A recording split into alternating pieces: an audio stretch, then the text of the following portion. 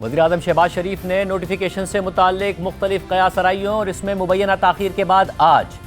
Chief of defence forces के नए ओहदे पर army chief field marshal Asim Munir को तैनात करने की समरी सदर मुमलिकत आसिफ अली जरदारी को भिजवा दी, जिसके बाद अब से कुछ देर पहले सदर मुमलिकत ने भी समरी की मंजूरी दे दी है। साथ ही सदर मुमलिकत ने air chief marshal Zaheer Babar Sidhu की मुद्दत मुलाजमत में तोसी की भी मंजूरी दे दी है। इससे पहले आज वफाकी वज़ीर कानून आज़म नज़ीर तारड़ ने वफाकी वज़ीर इत्तलात अता तारड़ के साथ प्रेस कॉन्फ्रेंस करते हुए चीफ ऑफ डिफेंस फोर्सेस की तैनाती से मुताल्लिक क़यास आराइयों पर कहा था कि चाय की प्याली में तूफ़ान खड़ा किया जा रहा है। वज़ीर आज़म मुल्क से बाहर थे, चीज़ें प्रोसेस में हैं और ये नोटिफिकेशन किसी भी वक्त जारी हो सकता है। और फिर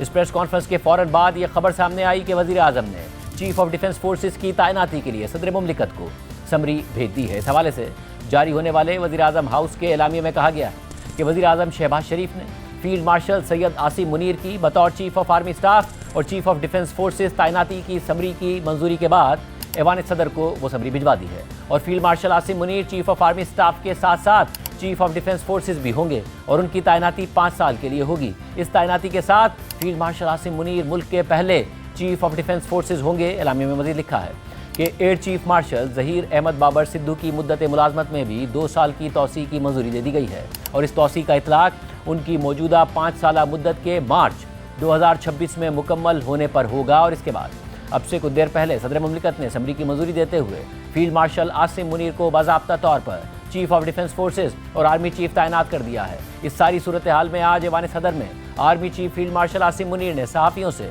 गैर रस्मी गुफ्तगू करते हुए कहा